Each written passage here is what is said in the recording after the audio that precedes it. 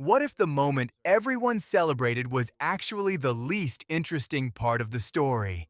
When the headlines announced that Elon Musk had crossed the trillion-dollar threshold in personal wealth, most people reacted the way you would expect. Some were amazed, some were outraged. Financial commentators debated what it meant for wealth inequality.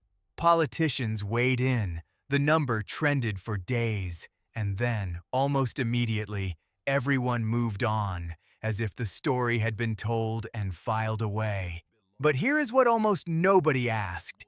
If one person's stake in a single company can be worth $1 trillion, what exactly is that company building that justifies that number? And more importantly, what is it building that could make that number look small? Because that is the real question, not how rich Elon Musk is, but what the market is actually betting on when it assigns Tesla a valuation of $1.6 trillion while the company's electric vehicle sales grew by only 1.1% in 2025 and annual revenue fell for the first time in the company's history.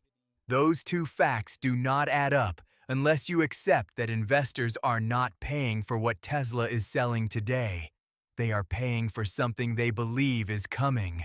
And what is coming, if the people running Tesla are to be believed, is something that has very little to do with cars.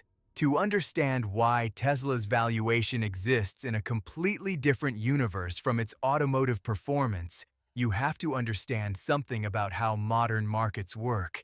Investors do not always buy what a company is. Sometimes they buy what they believe a company is becoming. This happened with Amazon. For years, Amazon lost money or made almost nothing, and yet its stock kept climbing because the market understood that the infrastructure being built, the warehouses, the logistics network, the cloud computing backbone, was far more valuable than the books and electronics being sold through it. Amazon Web Services eventually became worth more than the entire retail business. The bookseller became the internet's landlord. Apple did something similar. It started as a computer company, became a phone company, and then quietly transformed into a services and ecosystem company. Today, Apple's services division, the App Store, iCloud, Apple Music, Apple Pay, generates revenue that rivals entire industries. The hardware became the delivery mechanism. The real business became the platform.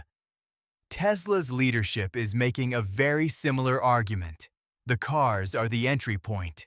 The real business is everything being built around them. Elon Musk said it directly on an earnings call in 2022 in a statement that received far less attention than it deserved. He told investors that those who are insightful or listening carefully will understand that Optimus will ultimately be worth more than the car business, worth more than full self-driving. He repeated this in 2024, telling analysts that his long-term prediction is that Optimus will overwhelmingly be the value of the company. He went further, stating that long-term, Optimus has the potential to generate $10 trillion in revenue. $10 trillion. To put that in context, the entire United States federal budget in 2025 was approximately $6.8 trillion.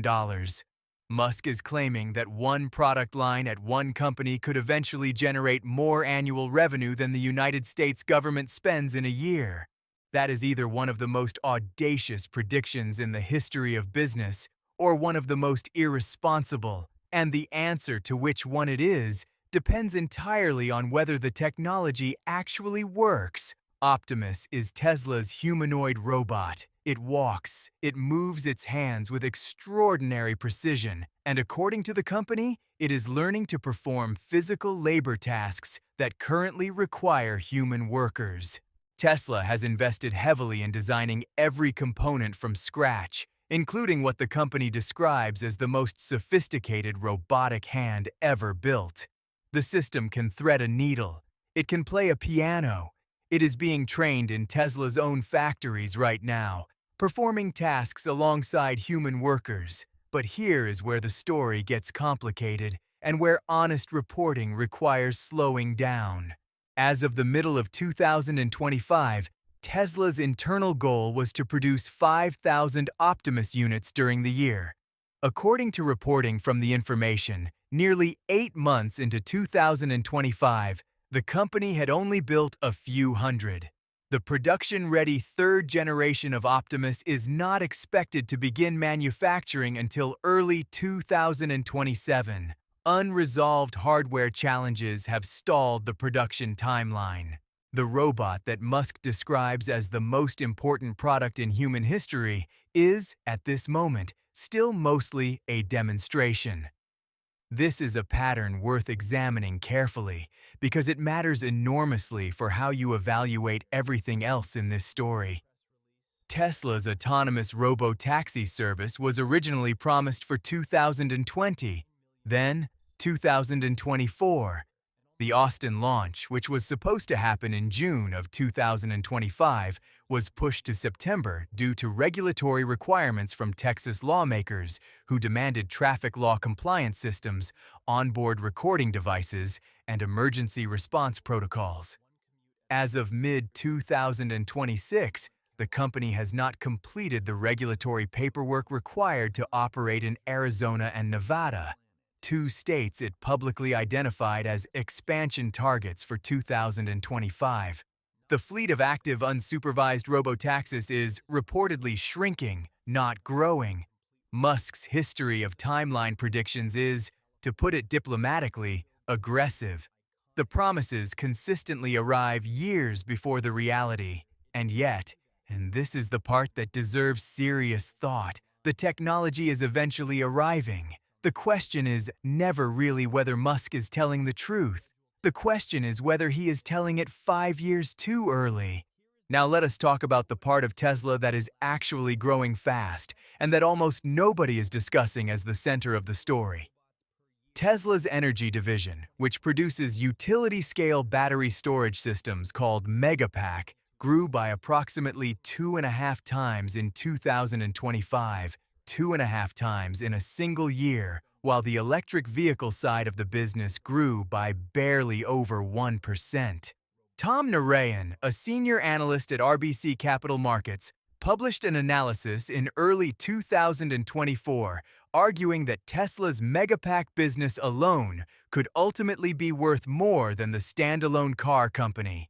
By 2028, according to some projections, the energy division could add between $235 and $250 per share in earnings, a contribution that is almost entirely absent from mainstream coverage of Tesla's valuation. Think about what Megapack actually is. It is a massive battery system designed for power grids, industrial facilities, and renewable energy installations. As the world builds out solar and wind power at unprecedented scale, the single biggest problem is storage.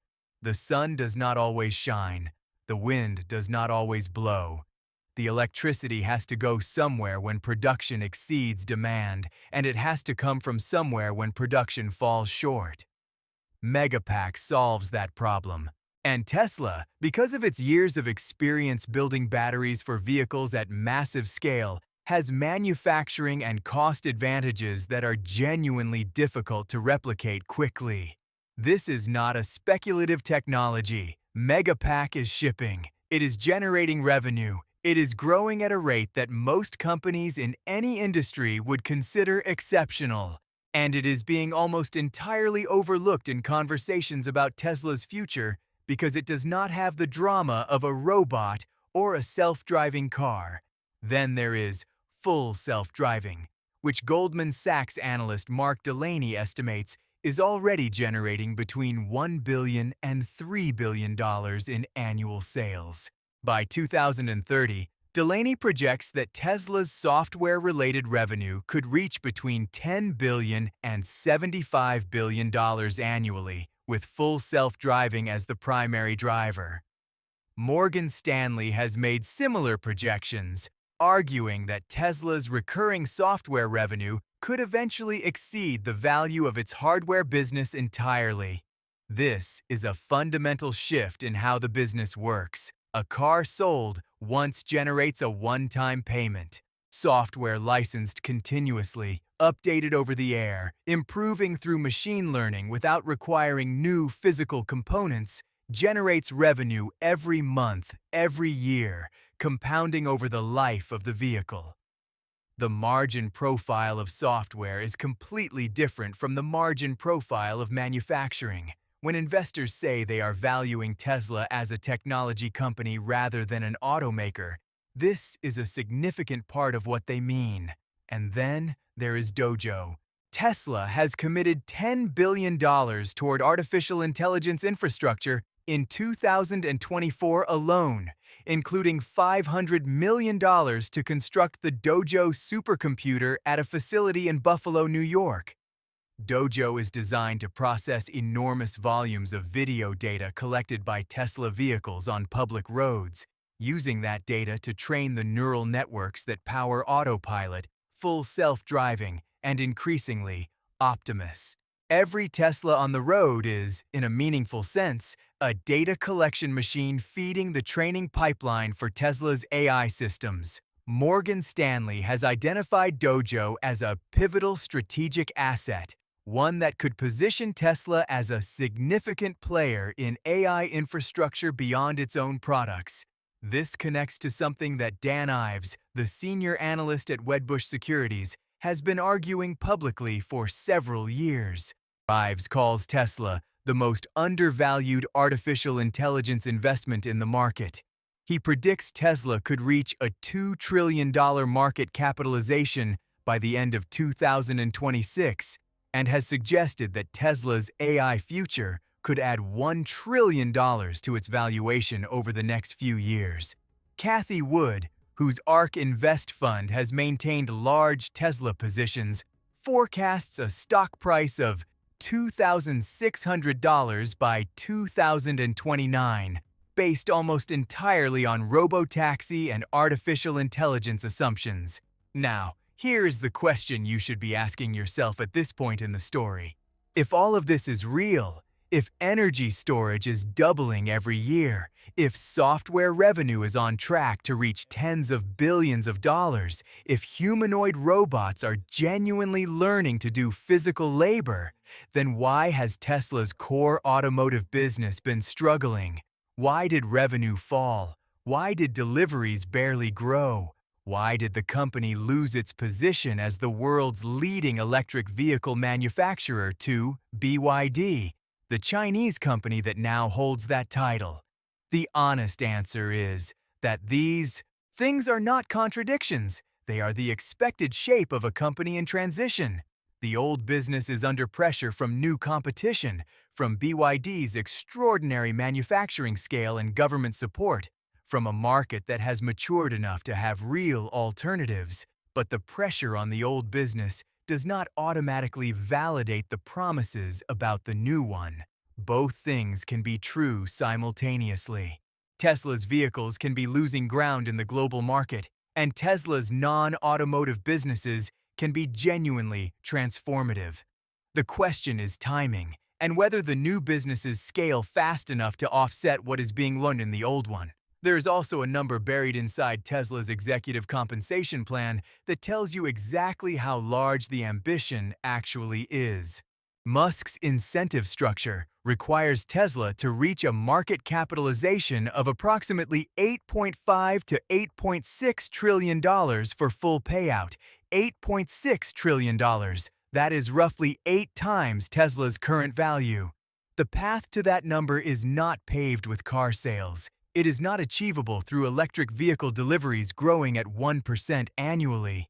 The only realistic path to an $8.6 trillion Tesla is one where Optimus is deployed at massive scale, where the robo-taxi network is generating service revenue across multiple major cities, where full self-driving software is licensed to hundreds of millions of vehicles, and where Tesla's AI infrastructure has become a foundational layer of the global technology economy.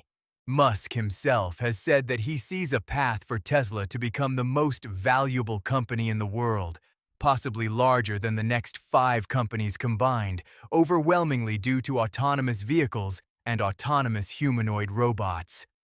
That sentence deserves to sit with you for a moment. Overwhelmingly due to autonomous vehicles and autonomous humanoid robots, not cars, autonomous systems, not electric vehicles, robots that can work. In June of 2026, the Spanish newspaper El País summarized the shift clearly.